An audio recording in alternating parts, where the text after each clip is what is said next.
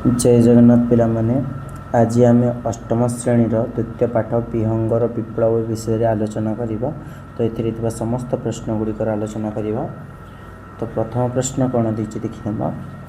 तो निम्नलिखित प्रश्न गुड़िकर उत्तर उपयुक्त उत्तर पाखरे थिबा स्टार चिन्ह देवा। ठीक उत्तर रे माँ हलदी बसंत मुंडरे कहीं चिंता माड़ी पड़ुथिला। तो बुढ़ा मांकड़ डाल को डाल डेई जिते बेले हैरान करुला, तेणु माँ हलदी बसंतर चिंता बढ़ी जाऊला। बुढ़ा मांकड़ कहार बसा छाई माड़े नहीं, डामरा काऊ सागुणा गंगेईर कजल पातर। सी डामरा काऊर पक्षीर बसा को जमा जाए ना से बुढ़ा मांकड़।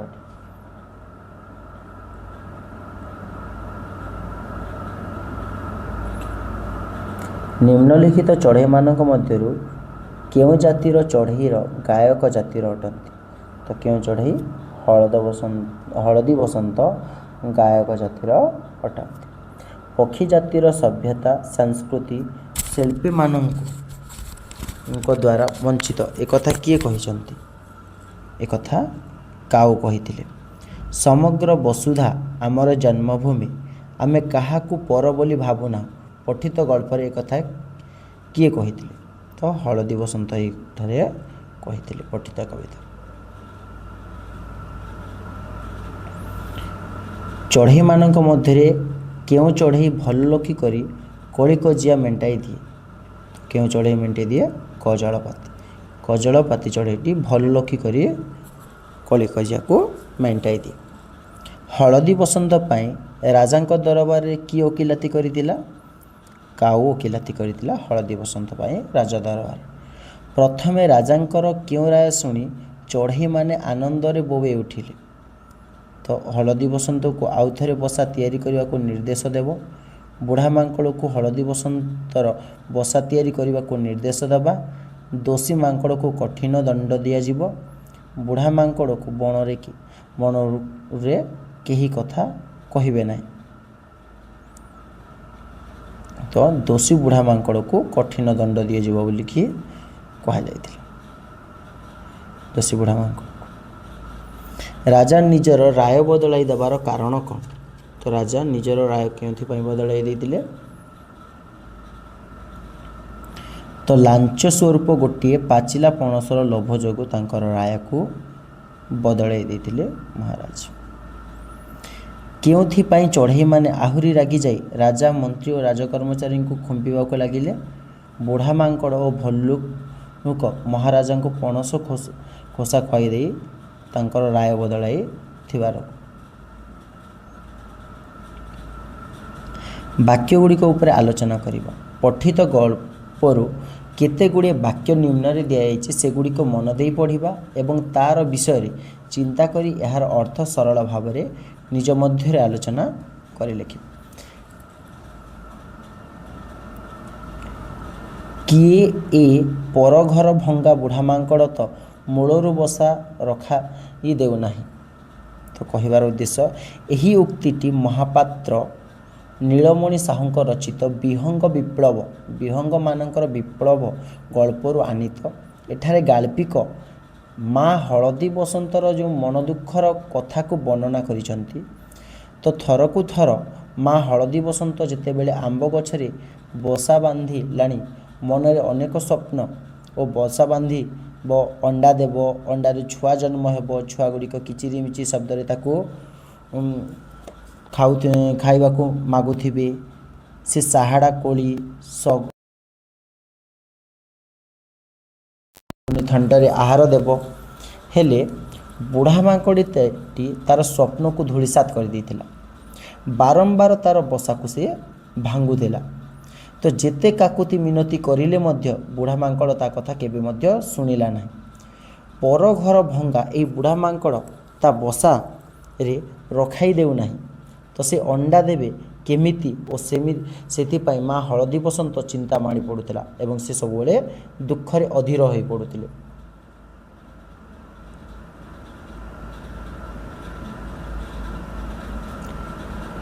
नाही हो मनीष पेट को तो सबू नियंट पड़िलानी। गाड़िया पोखरी आजिकाली କୁଜି ଗେଣ୍ଡାଟିଏ ବି ମିଳିବାର କଷ୍ଟକର।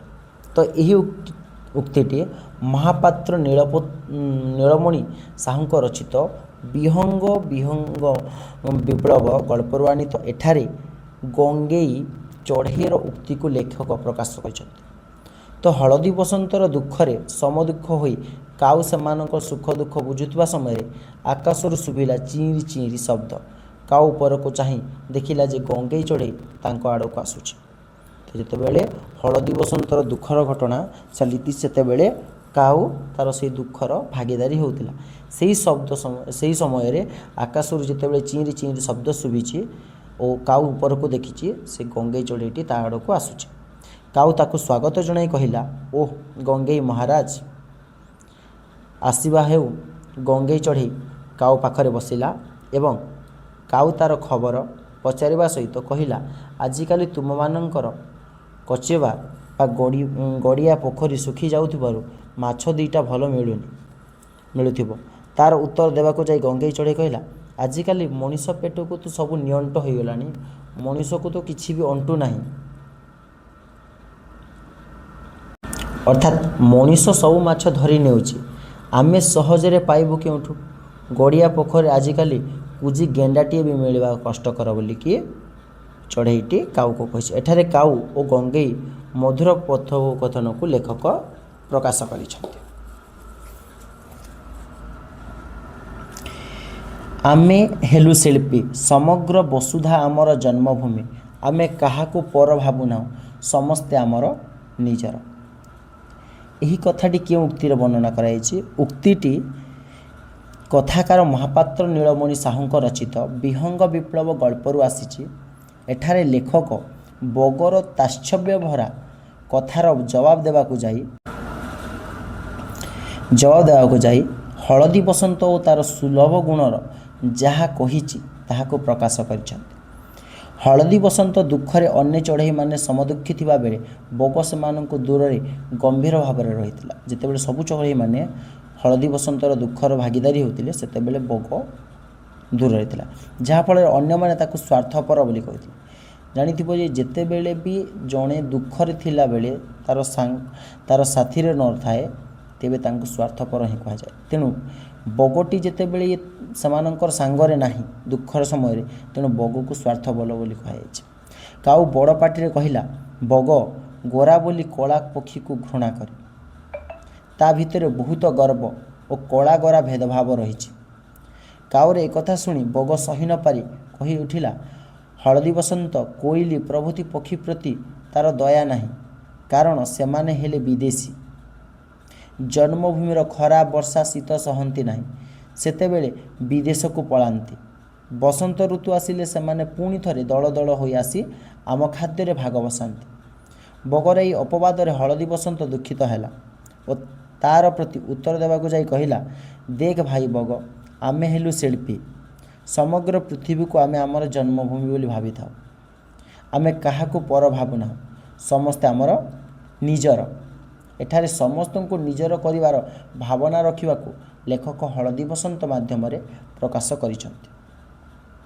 ଭାବିଚିନ୍ତି ଉତ୍ତର ଦେବା। ପଠିତ ବିଷୟଟିକୁ ଭଲ ଭାବରେ ପଢ଼ି ନିମ୍ନଲିଖିତ ପ୍ରଶ୍ନ ଗୁଡ଼ିକର ଉତ୍ତର ଦେବା। ତ କ ନମ୍ବର ପ୍ରଶ୍ନ ଦେଇଛି, ହଳଦୀ ବସନ୍ତ ଦୁଃଖରେ କାହିଁକି କାନ୍ଦି ପକାଇଲେ? ବୁଢ଼ା ମାଙ୍କଡ଼ଟି ବାରମ୍ବାର ଆମ୍ବ ଗଛକୁ ଡେଇଁ ଜାଣିଶୁଣି ହଳଦୀ ବସନ୍ତର ଯେତେବେଳେ ବସା ଭାଙ୍ଗି ଦେଉଛି, ଏହି ଚିନ୍ତାରେ ମା ହଳଦୀ ବସନ୍ତ ଥିବା ସମୟରେ ପୁରୁଷ ହଳଦୀ ବସନ୍ତଟି ବୁଲି ବୁଲି ଆସିଲା ଏବଂ ମା ହଳଦୀ ବସନ୍ତକୁ କହିଲା, ଆଖପାଖରେ ଆଉ କେଉଁ ଗଛ ହେଲେ ଖାଲି ନାହିଁ, ଅନ୍ୟ ଚଢ଼େଇମାନେ ସବୁ ଗଛରେ ବସା ବାନ୍ଧି ଅଣ୍ଡା ଦେଇ ସାରିଲେଣି, କେତେକ ଅଣ୍ଡା ଉଷୁମା ହେଉଛନ୍ତି ଆଉ କେତେକ ଛୁଆ ଫୁଟିଲେଣି। ଏକଥା ଶୁଣି ମା ଯେତେବେଳେ ଶୁଣିଛନ୍ତି ମା ମନ ତ ସେ କାନ୍ଦି ପକାଇଲା, କାରଣ ବୁଢ଼ା ମାଙ୍କଡ଼ ଦାଉରୁ ସେ ବସା ମଧ୍ୟ ତିଆରି କରିପାରୁନଥିଲେ, ଛୁଆ ତ ଜନ୍ମ କରିବା ଦୂରର କଥା ଥିଲା। କୁଆମାନେ କିପରି ଅନ୍ୟାୟର ପ୍ରତିରୋଧ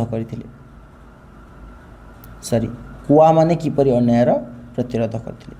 ତ କାଉମାନେ ଭାରି ସାହସୀ, ସେମାନେ କାହାକୁ ଅତ୍ୟାଚାର ସହଜରେ ସହିପାରନ୍ତି ନାହିଁ।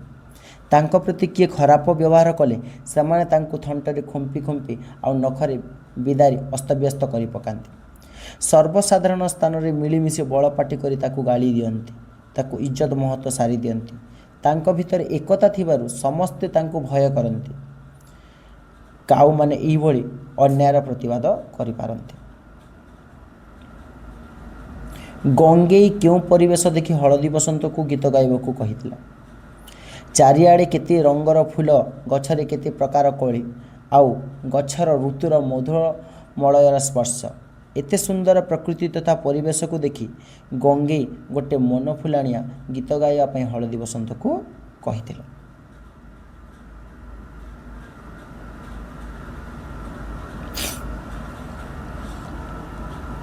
ବିଦେଶୀ ଚଢ଼େଇମାନଙ୍କର ପ୍ରତି ବଗର କେଉଁ ଧାରଣା ଥିଲା? ଯେ ବିଦେଶୀ ଚଢ଼େଇମାନେ ବର୍ଷ ସାରା ବିଦେଶ ବା ବାହାରେ ରହିଥାନ୍ତି। ସେମାନେ ଜନ୍ମଭୂମିର ଖରା, ବର୍ଷା, ଶୀତ ସହନ୍ତି ନାହିଁ। ବର୍ଷ ଯେତେବେଳେ ସରିଯାଏ ଓ ବସନ୍ତ ଋତୁ ଆସିଲା ବେଳେ ଦଳ ଦଳ ହୋଇ ଆସି ନାନା ଢଙ୍ଗ ଦେଖାନ୍ତି ଏବଂ ପକ୍ଷୀମାନଙ୍କର ଖାଦ୍ୟରେ ସେମାନେ ଭାଗ ମାଗନ୍ତି। ତ ବଗର ଏହି ବିଦେଶୀ ଚଢ଼େଇମାନଙ୍କ ପ୍ରତି ଏହିଭଳି ଧାରଣା ଥିଲା, ଯେହେତୁ ସେମାନେ ଅନ୍ୟ ସମୟରେ ଖାଦ୍ୟ ଯେଉଁଠି ମିଳେ ସେଇଠିକୁ ପଳାଉଥିବା ଯୋଗୁଁ ଏହି ଉକ୍ତିରେ ବଗ ବିଦେଶୀ ଚଢ଼େଇମାନଙ୍କ ପ୍ରତି ଏହିଭଳି ଧାରଣା ସୃଷ୍ଟି ହୋଇଛି। କଜଳପତି ଚଢ଼େଇମାନେ ଭୟ ଓ ଶ୍ରଦ୍ଧା କରିବାର କାରଣ କ'ଣ? କଜଳପାତି ପକ୍ଷୀ ସମାଜରେ ମଧ୍ୟସ୍ଥତା କାମ କରନ୍ତି। ଭଲ ଲୋକୀ ହୋଇ କଳି କଜାଇ ମେଣ୍ଟାଇ ଦିଅନ୍ତି। ଭଲ ନ ମେଣ୍ଟିଲେ କଜଳପାତି ନିଜର ଶକ୍ତି ଖଟାଇବାକୁ ପଛାଏ ନାହିଁ। ତାକୁ ଟାଣୁଆ ମୁନିଆ ଥଣ୍ଟରେ ସେ ଛେଳି, ମେଣ୍ଢା, ଗୋରୁ, ଗାଈଙ୍କ ପିଠିକୁ ହାଣି ଖଣ୍ଡିଆ କରିଦିଅନ୍ତି। ତେଣୁ ପକ୍ଷୀମାନେ ତାକୁ ଶ୍ରଦ୍ଧା କରନ୍ତି ଓ ଟିକିଏ ଭୟ ମଧ୍ୟ କରିଥାନ୍ତି। ସେହି ବଣରେ ଭାଲୁକୁ କାହିଁକି ରାଜା କରାଯାଇଥିଲା? ସେହି ବଣରେ ସିଂହ, ବାଘ କିମ୍ବା ହାତୀ ପରି ବଳବାନ ପଶୁ ନଥିବାରୁ ସେଠାରେ ସମସ୍ତ ମିଳିମିଶି ଭାଲୁକୁ ରାଜା କରାଇଛନ୍ତି ଓ ସମସ୍ତଙ୍କ ସମର୍ଥନରେ ଭାଲୁ ଅଚିନ୍ତାରେ ଶାସନ କାର୍ଯ୍ୟ ଚଳାଉଥିଲେ।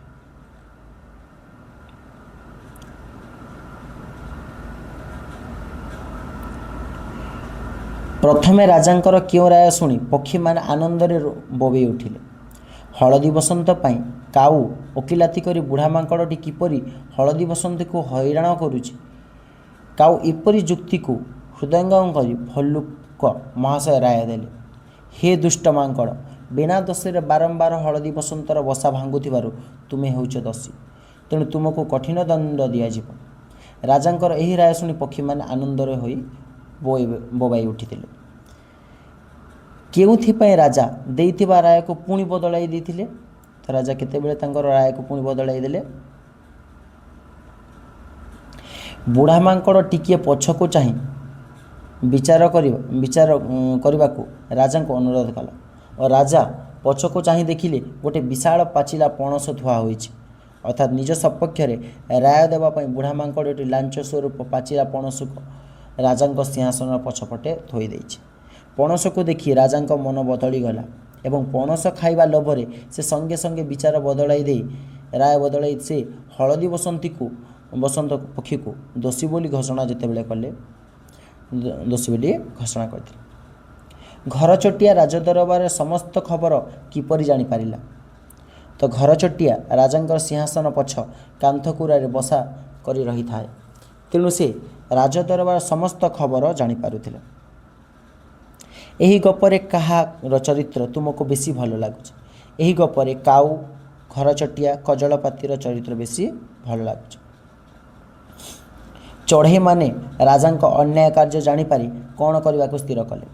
ଚଢ଼େଇମାନେ ଯେତେବେଳେ ରାଜାଙ୍କର ଅନ୍ୟାୟ ଜାଣିପାରିଲେ, ସେମାନେ ସମସ୍ତେ ଏକାଠି ହୋଇ ସଭା କଲେ ଏବଂ ବସି ସ୍ଥିର କଲେ ଯେ ସମସ୍ତେ ମିଶି ଏଭଳି ଲାଞ୍ଚୁଆ ରାଜା ଓ ମନ୍ତ୍ରୀଙ୍କ ଆକ୍ରମଣକୁ କରିବେ ଏବଂ ସିଂହାସନରୁ ତାଙ୍କୁ ତଡ଼ିଦେବେ।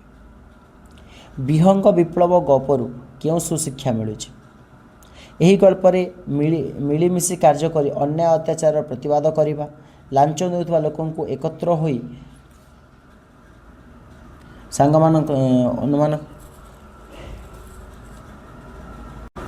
ହୋଇ ତାକୁ ରାଜଗଦିରୁ ମଧ୍ୟ ବିତାଡ଼ିତ କରିପାରିବା। ସାଙ୍ଗମାନଙ୍କ ସହିତ ଆଲୋଚନା କରିବା।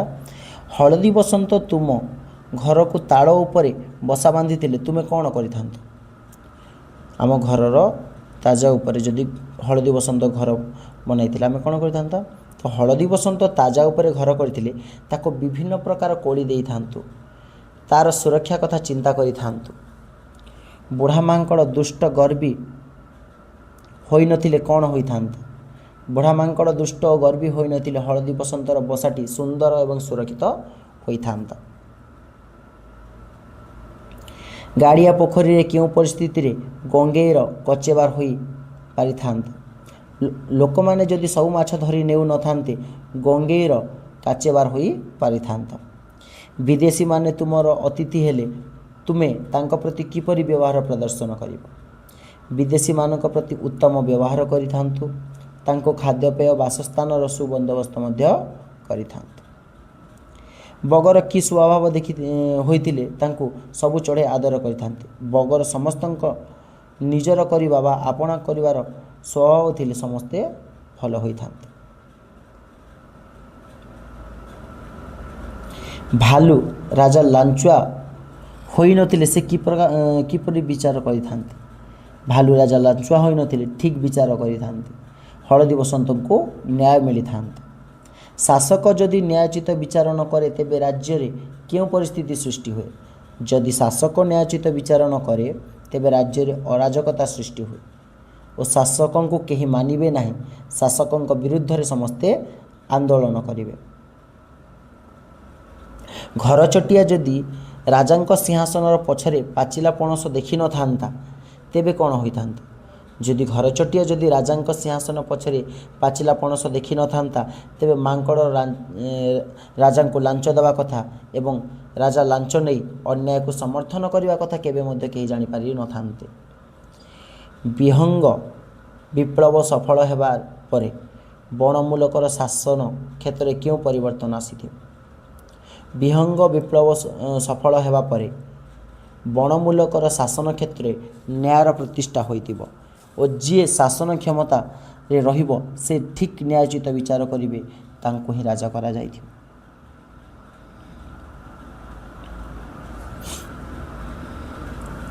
आम बासस्थान रे चतुर्दिगरे बास करुवा पक्षी माने किपरि निज निज मध्य संपर्क स्थापन करी चलती से संबंध आलोचना करिबो। आम बासस्थान चतुर्दिगरे अनेक प्रकार पक्षी माने बास करती यथा पारा बणी कुआ कजलपाती भदभदलिया गुंडरी चढ़ई कोपत कुंडाखिया इत्यादि अनेक प्रकार चढ़ई बास करि थांती और सकाळ हेले सेमाने एकत्र राब करि थांती और सेमाने राब सकाळ हेबार सूचना मध्य देई थांती। सते जेपरि सेमाने प्रभात बा सकाळर प्रचारक भाव कार्य करि थांती और सेमानकर राब समस्तंकु जाग्रत करि दिए। सकाळ हेले सेमाने एकत्र होई खाद्य पाई दूर को उड़ी जाती। संध्या हेले सेमाने पुणी बसा को फेरी आसुथांती। आश्चर्यर कथा सेमाने जेते दूर को उड़ी गले मध्य ठीक समय रे फेरंती आउ सेमाने सेमानंकर बसा स्थान को भूली न थांती। मनीष भली सेमाने सेमानंकर बसा घर को रास्ता चिन्हि पारंती। सेमाने फेरिबा समय रे केही केही थंटरे खाद्य आनी तांको छुआंक मानंको मुहरे देई थांती तो आउ केही काठी कुटा आनी तांको घर को बसा को मध्य सजाई थांती।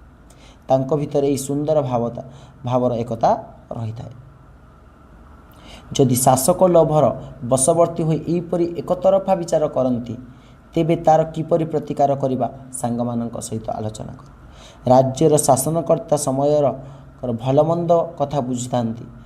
प्रजा माने तांकर संतान भली समस्तंको सम्मान भाव रे देखिबा समस्तंको समान सुविधा जोगाई देबा तांकर कर्तव्य। ये होची गोटे आदर्श राजार कर्तव्य। कौन से कथा को विचार कला बेले ठीक विचार करी उपयुक्त न्याय देवा शासकर कार्य।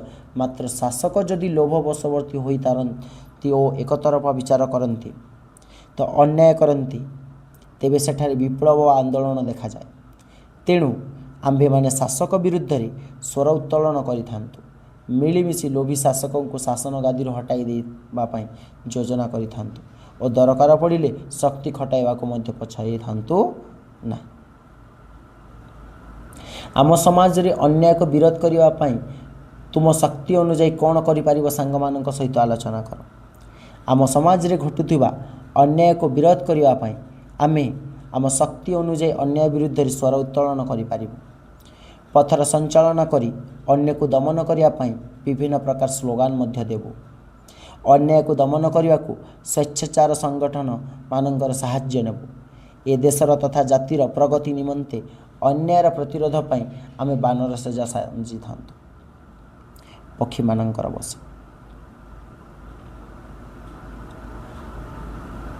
प्रत्येक प्रश्न उत्तर 20 ବା 30 शब्द मध्य लेख। माँ हलदी बसंत मन कहीं दुख करुला। आंब गछ डाल रे माँ हलदी बसंत 3 थर बसा बांधिलाणी हेले बुढ़ा मांकड़ जानी शुणी तार बसा को भांगी देउछि।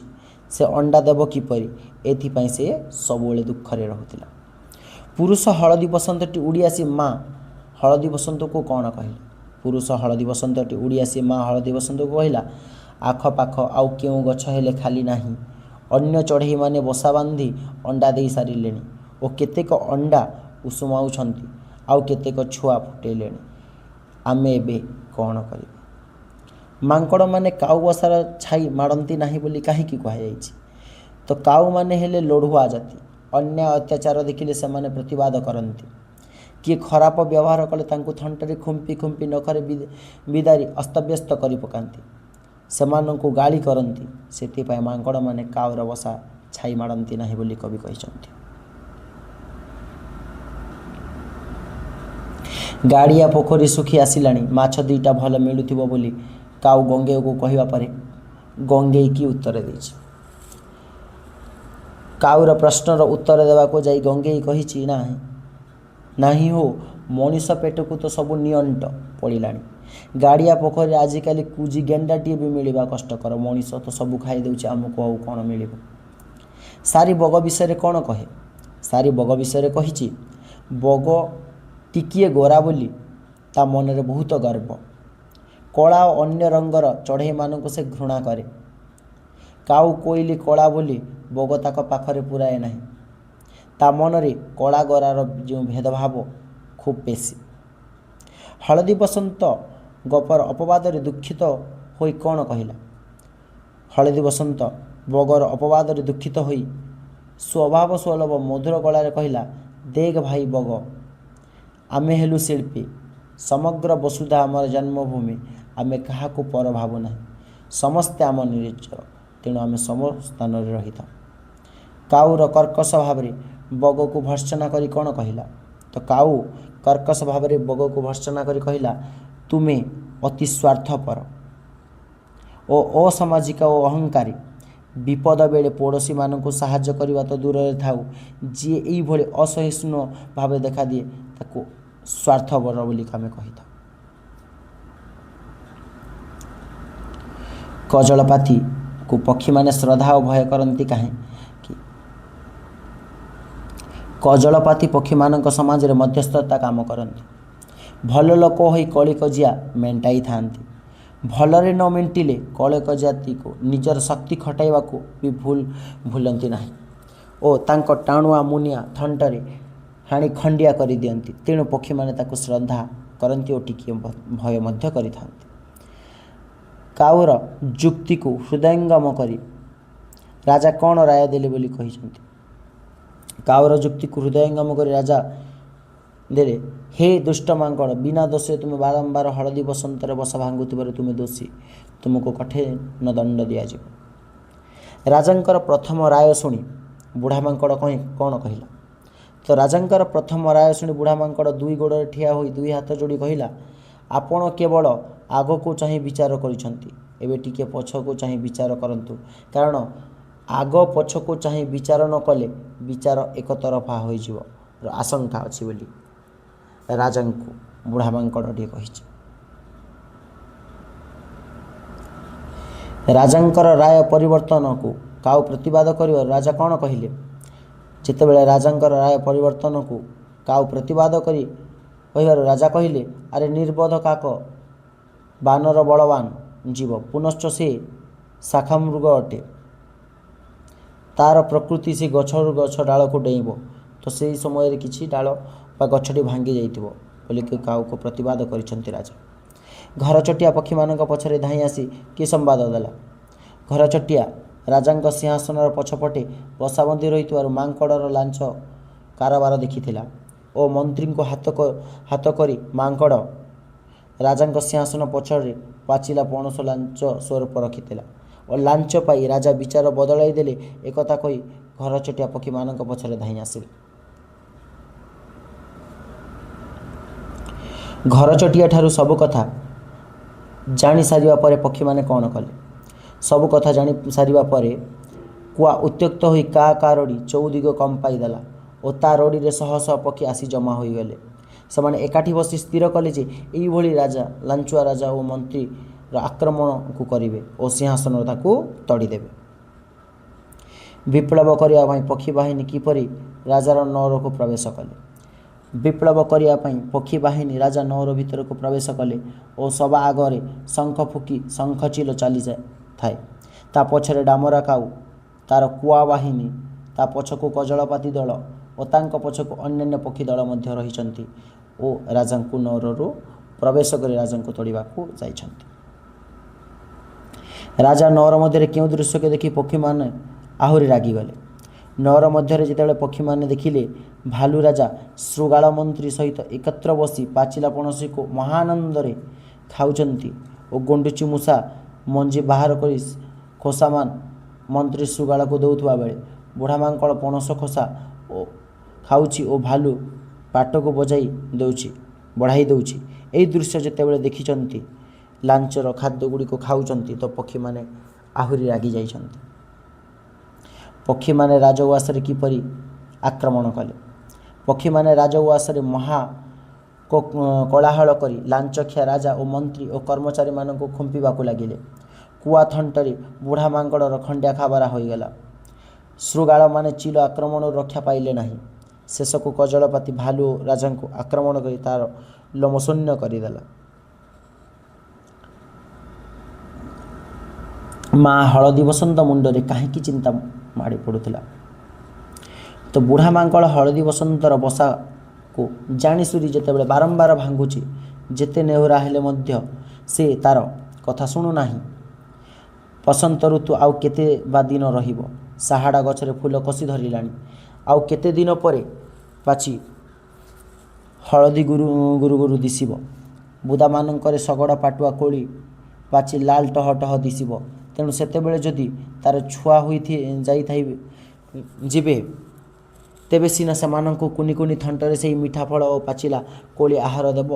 ହେଲେ ଏ ମାଙ୍କଡ଼ ତାର ବସାରେ ରଖେଇ ଦେଉନାହିଁ, ତ ସେ ଅଣ୍ଡା ଦେବ କିପରି? ଆଉ ଅଣ୍ଡା ନ ଦେଲା ପର୍ଯ୍ୟନ୍ତ ସେ ଛୁଆ ଫୁଟିବ କିପରି? ଏହି କଥା ହିଁ ମା ହଳଦୀ ବସନ୍ତ ମୁଣ୍ଡରେ ଚିନ୍ତା ଆଣିଥିଲା। ବଗର ଚରିତ୍ର କିପରି ଥିଲା ବୋଲି ଗଳ୍ପରେ କୁହାଯାଇଛି। ଗାଳ୍ପିକ ମହାପାତ୍ର ନୀଳମଣି ସାହୁ ବଗର ଚରିତ୍ରକୁ ସ୍ୱାର୍ଥପର ଚରିତ୍ର ଭାବରେ ଚିତ୍ରଣ କରିଛନ୍ତି। ବଗ ହଳଦୀ ବସନ୍ତ ଦୁଃଖରେ ଦୁଃଖୀନ ହୋଇ ଗଛ ଡାଳରେ ଗମ୍ଭୀର ଭାବରେ ବସିଥାଏ। କାହା ସହିତ ବେଶୀ କଥା ହୋଇନଥାଏ କି ମିଳାମିଶା କରେ ନାହିଁ। ନିଜକୁ ବଡ଼ ଧାର୍ମିକ ବୋଲି ପରିଚୟ ଦେଉଥାଏ। କିନ୍ତୁ ଶୁଆ କହେ ବଗ ବଡ଼ ମସ୍ତ ବଡ଼ ଠକ। ସ୍ୱାର୍ଥପର। ଧ୍ୟାନ କଲା ଭଳି ବସିଥିଲେ ହେଲେ ଲକ୍ଷ୍ୟ ଥିବ ମାଛ କେତେବେଳେ ମୁଣ୍ଡ ଟେକୁଛି। ପୁଣି ସାରି କହେ ବଗ ଗୋରା ବୋଲି ତା ମନରେ ବହୁତ ଗର୍ବ। ସେ କଳା ଓ ଅନ୍ୟ ରଙ୍ଗର ଚଢ଼େଇମାନଙ୍କୁ ଘୃଣା କରୁଛି। ତା ଭିତରେ କଳା ଓ ଗୋରାର ଭେଦଭାବ ଖୁବ୍ ବେଶୀ ଥାଏ ବୋଲି ସମସ୍ତେ ଜାଣନ୍ତି। କାରଣ କାଉ ଓ କୋଇଲି କଳା ବୋଲି ବଗ ତାକୁ ପାଖରେ ବସାଇବାକୁ ଦିଏ ନାହିଁ। ହଳଦୀ ବସନ୍ତ, କୋଇଲି ଆଦି ପକ୍ଷୀମାନଙ୍କର ପ୍ରତି ବଗର ଦୟା ନଥାଏ କାହିଁକି? ବଗ କହେ ହଳଦୀ ବସନ୍ତ, କୋଇଲି ଆଦି ପକ୍ଷୀମାନେ ହେଉଛନ୍ତି ବିଦେଶୀ। ବର୍ଷ ସାରା ଏମାନେ ବାହାରେ ରହନ୍ତି। ଏମାନେ ଜନ୍ମ ହୁଏର ବର୍ଷା, ଶୀତ, ଖରା ସହନ୍ତେ ନାହିଁ। ବସନ୍ତ ଋତୁ ଆସିଲେ ଏମାନେ ଦଳ ଦଳ ହୋଇ ଆସି ନାନା ଢଙ୍ଗ ଦେଖାନ୍ତି ଏବଂ ଅନ୍ୟ ଚଢ଼େଇମାନଙ୍କର ଆହାର ଭାଗ ନିଅନ୍ତି। ସେଥିପାଇଁ ବଗର ଶିଳ୍ପୀ ଚଢ଼େଇ ପ୍ରତି ଦୟା ଭାବ ନଥିଲା। ରାଜଦରବାରର ଦୃଶ୍ୟ କିପରି ଥିଲା? ଗାଳ୍ପିକ ମହାପାତ୍ର ନୀଳମଣି ସାହୁ ରାଜଦରବାରର ଦୃଶ୍ୟକୁ ଅତି ସୁନ୍ଦର ଭାବରେ ବର୍ଣ୍ଣନା କରିଛନ୍ତି ଓ ପ୍ରବଳ ପ୍ରତାପୀ ଶ୍ରୀ କଣ୍ଟକଜିହ୍ୱ ଭଲ୍ଲୁକ ମହାରାଜ ସିଂହାସନ ଉପରେ ଉପବେଶନ କରିଛନ୍ତି ଓ ତାଙ୍କ ପାଖ ଆସନରେ ବସିଛନ୍ତି ଶ୍ରୀଯୁକ୍ତ ହୀନବୁଦ୍ଧି ଜମ୍ବୁକ ପ୍ରବର। ସେନାପତି ଶ୍ରୀଯୁକ୍ତ ତୀକ୍ଷ୍ଣଦନ୍ତ ବୃକ ଚତୁର୍ଦିଗକୁ ଆରକ୍ତ ନୟନରେ ଦୃଷ୍ଟି ନିକ୍ଷେପ କରି ଦରବାରେ ଖଡ଼୍ଗ ହସ୍ତେ ଦଣ୍ଡାୟମାନ। ପାରିଷଦମାନଙ୍କ ମଧ୍ୟରେ ଅରଣ୍ୟର ପଶୁ ଜଗତର କୋକି, କଟାସ, ଗୁଣ୍ଡୁଚି, ମୂଷା, କୁଟ୍ରା, ହରିଣ ଓ ଝିଙ୍କ ଆଦି ସରୀସୃପ, ଗଜତର ଅହିରାଜ ଓ ଗଦି ଆଦି ଉପସ୍ଥିତ ଥିଲେ। ପକ୍ଷୀ ଜଗତର ଶୁଆ, କାକୁତୁଆ, ପରା, ପେଚା, ବୁଲବୁଲ ଇତ୍ୟାଦି ନିଜ ଆସନରୁ ଅଳଙ୍କୃତ କରି ରାଜାଙ୍କ ମୁହଁକୁ ଚାହିଁ ବସିଛନ୍ତି। ରାଜା କାହିଁକି ବିଚାର ବଦଳାଇ ଦେଲେ? ବୁଢ଼ା ମାଙ୍କଡ଼ ଜାଣିଥିଲା ବିଚାର ତା ବିରୁଦ୍ଧରେ ଯିବ। ସେଥିପାଇଁ ସେ ଚତୁରତା ସହ ମନ୍ତ୍ରୀ ଶୃଗାଳକୁ ହାତ କରି ରାଜାଙ୍କ ସିଂହାସନ ପଛପଟେ ଏକ ବଡ଼ ପାଚିଲା ପଣସ ରଖିଦେଇଥିଲା। ରାଜା ପ୍ରଥମ ଥର ରାୟ ଶୁଣାଇ ଯେତେବେଳେ ମାଙ୍କଡ଼କୁ ଦୋଷୀ ସାବ୍ୟସ୍ତ କଲେ, ସେତେବେଳେ ମାଙ୍କଡ଼ ହାତ ଯୋଡ଼ି ରାଜାଙ୍କୁ କହିଲା, ମହାରାଜ, ଆପଣ କେବଳ ଆଗକୁ ଚାହିଁ ବିଚାର କରିଛନ୍ତି। ଥରେ ପଛକୁ ଚାହିଁ ବିଚାର କରନ୍ତୁ, କାରଣ ଆଗ ପଛକୁ ଚାହିଁ ବିଚାର ନ କଲେ ବିଚାରଟି ଏକତରଫା ହୋଇଯିବାର ଆଶଙ୍କା ଅଛି। ମାଙ୍କଡ଼ କଥାରେ ରାଜା ପଛକୁ ଚାହିଁଲେ। ପାଚିଲା ପଣସକୁ ଦେଖି ତାଙ୍କ ମନ ବଦଳିଗଲା ଓ ମାଙ୍କଡ଼ ତାଙ୍କ ପାଚିଲା ପଣସର ଲାଞ୍ଚ ସ୍ୱରୂପ ଦେଇଛି ବୋଲି ସେ ଯେତେବେଳେ ଜାଣିପାରିଲେ, ତେଣୁ ସେ ମାଙ୍କଡ଼ ସପକ୍ଷରେ ରାୟ ଦେବାକୁ ଯାଇ ନିଜର ବିଚାର ବଦଳାଇ ହଳଦୀବସନ୍ତଙ୍କୁ ଦୋଷୀ ବୋଲି କହିଥିଲେ। ଏକତା ହିଁ ବଳ ଏହା ବିହଙ୍ଗ ବିପ୍ଳବ ଗଳ୍ପରେ କିପରି ପ୍ରତିଫଳିତ ହେଉଛି ବର୍ଣ୍ଣନା କର। ମହାପାତ୍ର ନୀଳମଣି ସାହୁଙ୍କ ବିହଙ୍ଗ ବିପ୍ଳବ ଗଳ୍ପଟି ସମାଜରେ ଘଟୁଥିବା ଘଟଣାର ପ୍ରତିଛବି, ଯାହା ପଶୁପକ୍ଷୀଙ୍କ ମଧ୍ୟରେ ପ୍ରକାଶ ପାଇଛି। ହଳଦୀବସନ୍ତ ପ୍ରତି ବୁଢ଼ାମାଙ୍କର ଅତ୍ୟାଚାର କାଉ, କଜଳପାତି ସମେତ ଅନ୍ୟ ପକ୍ଷୀମାନେ ବିରୋଧ କରିଛନ୍ତି, ମାତ୍ର ବୁଢ଼ା ମାଙ୍କଡ଼ଟି ବଳବାନ ହୋଇଥିବାରୁ ସେ କାହାକୁ ଖାତିର କରୁନାହିଁ। କଥା ଉଠିଛି ରାଜା ଦରବାରରେ ବୁଢ଼ା ମାଙ୍କଡ଼ ବିରୁଦ୍ଧରେ ସ୍ୱର ଉତ୍ତୋଳନ କରି ପକ୍ଷୀ ଦଳ। ଯଦିଓ ରାଜା ଭଲ୍ଲୁକକୁ ପ୍ରଥମ ଥର ଉଚିତ ନ୍ୟାୟ କରି ମାଙ୍କଡ଼କୁ ଦୋଷୀ ବୋଲି ସାବ୍ୟସ୍ତ କରିଥିଲେ, କିନ୍ତୁ ପର ମୁହୂର୍ତ୍ତରେ ମାଙ୍କଡ଼ ଲାଞ୍ଚ ସ୍ୱରୂପ ଦେଇଥିବା ପାଚିଲା ପଣସକୁ ଦେଖି ରାଜା ତାଙ୍କର ବିଚାର ବଦଳାଇ ଦେଲେ ଓ ନିରୀହ ହଳଦୀବସନ୍ତକୁ ଦୋଷୀ ବୋଲି ଘୋଷଣା କଲେ। ଏହି ଅନ୍ୟାୟକୁ ସହି ନ ପାରିଥିଲେ ପକ୍ଷୀ ଦଳ ଓ ସମସ୍ତେ ମିଳିମିଶି ଲାଞ୍ଚୁଆ ରାଜା ଏବଂ ତାଙ୍କର କର୍ମଚାରୀ ଉପରେ ଆକ୍ରମଣ କରିବେ ବୋଲି ନିଷ୍ପତ୍ତି ନେଲେ। ପକ୍ଷୀମାନେ ଏକତ୍ର ମିଳିମିଶି ଭାଲୁ, ଶୃଗାଳ ଓ ମାଙ୍କଡ଼ ଉପରେ ଆକ୍ରମଣ କଲେ, ଯାହାଫଳରେ ଭାଲୁ ଓ ଶୃଗାଳ ମାଙ୍କଡ଼ କ୍ଷତବିକ୍ଷତ ହୋଇ ବିକଳରେ ଧାଇଁ ପଳାଇଲେ ଓ ପକ୍ଷୀମାନେ ଭାଲୁ, ମାଙ୍କଡ଼ ଓ ବିଲୁଆ ଠାରୁ ଦୁର୍ବଳ ହେଲେ ମଧ୍ୟ ସେମାନଙ୍କର ଏକତା ସେମାନଙ୍କୁ ଜିତାଇଥିଲା। ସେଥିପାଇଁ କୁହାଯାଏ, ଏକତା ହିଁ ବଳ। ସପ୍ରସଙ୍ଗ ସରଳାର୍ଥ। ଏମାନଙ୍କୁ ସାହାଯ୍ୟ ନ କଲେ ଆମ ଜୀବନ ବୃଥା। ଉକ୍ତ ପଦ୍ୟାଂଶଟି ଆମ ପଠିତ ସାହିତ୍ୟ ବହିର ମହାପାତ୍ର ନୀଳମଣି ସାହୁଙ୍କ ରଚିତ ବିହଙ୍ଗ ବିପ୍ଳବ ଗଳ୍ପରୁ ଆଣିତ।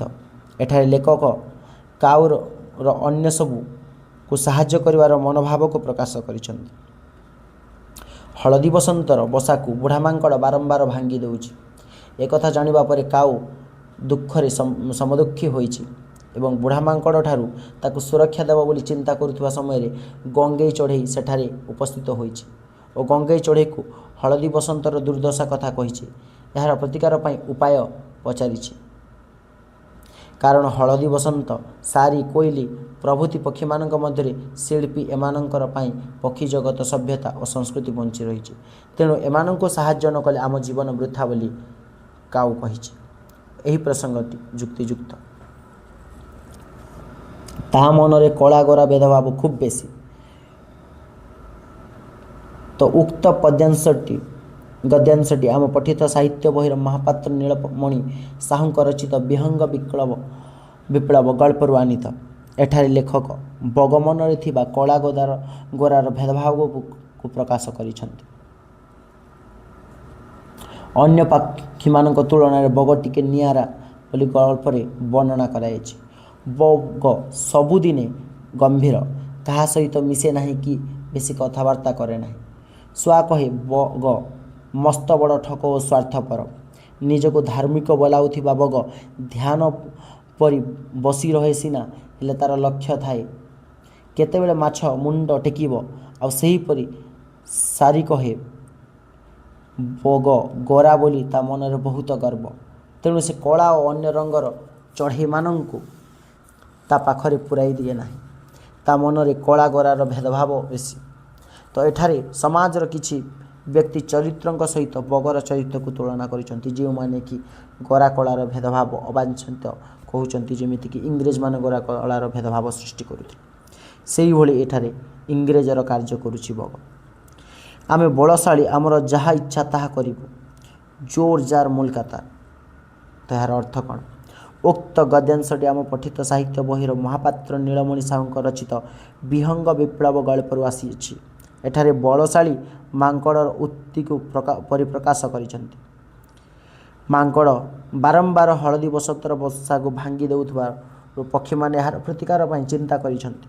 शेषरे कजलपाती मांकड़ को बुझाइबाको जाइछि कारण पक्षी समाजर मध्यस्थता करी कଳି कजय मेंटाउथबा कामटी कजलपाती सुंदर भाବରେ तुलाई थाए। तेणु कजलपाती मांकड़ को हलदी बसंतर बसा न भांगिबा पई बहुबार बुझाइला मात्र मांकड़ बुझिला नाही। से कहिला गछ डाल डेइबा बुलिबा मोर अभ्यास। आमे बलशाली आमर जहा इच्छा ताहा करिबु जोर जार मुलकातार अर्थात बलशाली निज इच्छा अनुसार सब कार्य करिथाए। मांकड़ एठिर बलशाली और दुर्बल थिला हलदी बसंत। एठार बलशालीर केही क्षति करि पारिबे नाही बोली मांकड़ जुक्ति बाढ़िछि।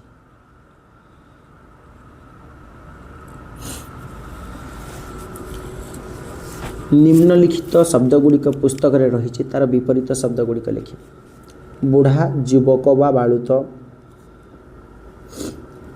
चिंता अचिंता, भीर साहसी, मनीष अमनीष, नियंट अंटिया बा अंट, भल मंद, सुंदर असुंदर, उपाय निरुपाय, बेसी कम, धार्मिक अधार्मिक, घृणा स्नेह, विदेशी देशी, आहार अनाहार, कर्कश मधुर, असामाजिक सामाजिक, असहिष्णु सहिष्णु, निंदा प्रशंसा, मुनिया गोजिया, असह्य सह्य, अनुचित उचित।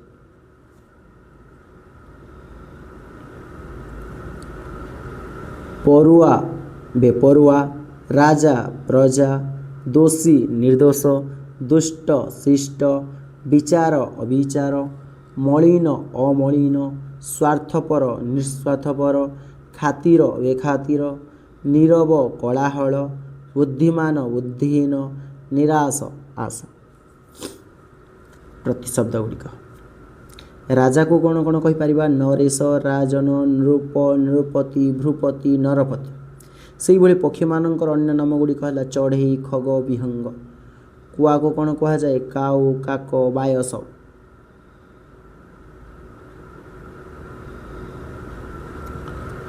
श्रुगाल, श्रुगाल को आम कौन कहि परिबा बिलुआ बा जंबुक, बिलुआ बा जंबुक। मांकड़ को कौन कह जाय परिबो बानर, मर्कट, शाखामृग, वसुधा, पृथ्वी, धरणी, मोही। मनुष्यर प्रतिशब्द नर, मनुष्य, मानव, मनुज, मनुज। वृद्ध, बूढ़ा, वयस्क, सुना, सुवर्ण, कनक, बंधु, सांग, मित्र। संधि विच्छेद दुरावस्था, दुयुक्त अवस्था, संस्कृति, संयुक्त कृति, तिलेर्ध, तिलयुक्त अर्धि, शिरोधार्य, शिरयुक्त धार्य, निर्बोध, नियुक्त बोध, नीरव, नियुक्त रव, गायक, गईयुक्त अक। जेपरी न उचित अनुचित सेहीपरि निम्न शब्द गुड़िक न उपाय निरुपाय, न अंकुश निरकुंश, न अंट नियंट, न आहार अनाहार, न सह्य असह्य, न विचार अविचार, न सहिष्णु सहिष्णु। प्रथम वाक्स शब्द सह तो द्वितीय वाक्सर शब्द को मिले जुग्म शब्द तैयारी कर। कली,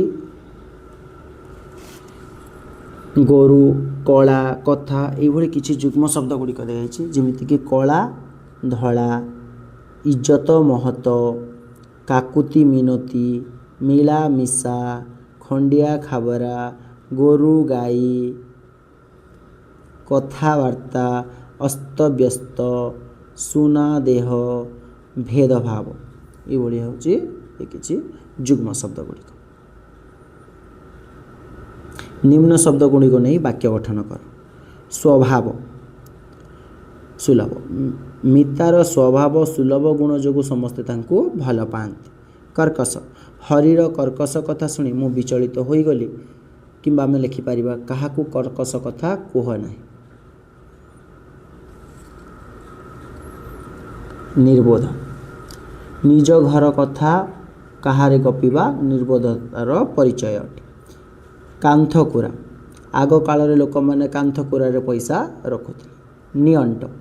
ରାମବାବୁ ଏପରି ଭୋଜି କଲେ ଯେ ଖାଇବା ନିଅଣ୍ଟ ହେଲା। ତାଚ୍ଛଲ୍ୟ। ସରିତା ବନିତାକୁ ତାଚ୍ଛଲ୍ୟ କଲା। ଅର୍ଥ କ'ଣ?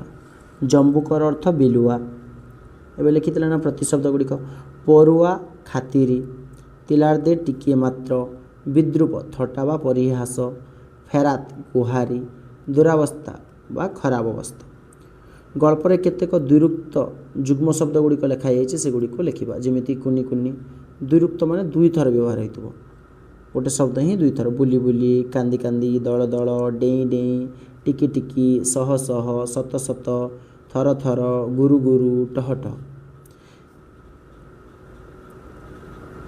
କେଉଁ ଫଳ ଆମେ ପାଚିଲେ ଖାଉ ତାର ତାଲିକା କର। ଯେପରି ପାଚିଲା ପଣସ, ପାଚିଲା ଆମ୍ବ, ପାଚିଲା ସପୁରୀ, ପାଚିଲା କଦଳୀ, ପାଚିଲା ବେଲ, ପାଚିଲା ଆତ, ପାଚିଲା କେନ୍ଦୁ, ପାଚିଲା କମଳା, ପାଚିଲା କୋଳି, ପାଚିଲା ପିଜୁଳି।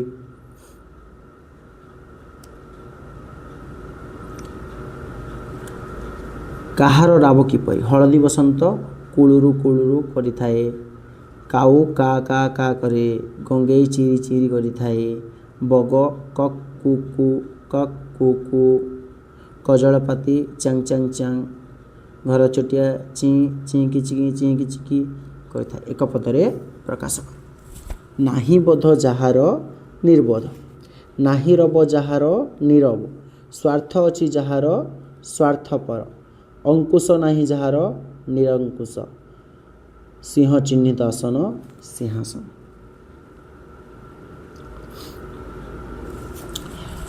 ତ ପିଲାମାନେ ଆଜିର କ୍ଲାସ୍କୁ ଏଇଠି ସମାପ୍ତ କରିବା। ଯଦି ଭିଡ଼ିଓଟି ଭଲ ଲାଗିଥିଲେ ଲାଇକ୍ କମେଣ୍ଟ ସେୟାର କରିବା ପାଇଁ ଭୁଲିବେ ନାହିଁ ଓ ଚ୍ୟାନେଲଟିକୁ ସବସ୍କ୍ରାଇବ୍ କରିଦିଅ ଯାହାଫଳରେ ମୋର ସମସ୍ତ ଭିଡ଼ିଓ ଗୁଡ଼ିକ ତୁମ ପାଖରେ ପହଞ୍ଚିଯିବ। ଜୟ ଜଗନ୍ନାଥ ପିଲାମାନେ। ପୁଣି ପରବର୍ତ୍ତୀ ଭିଡ଼ିଓରେ ଦେଖା।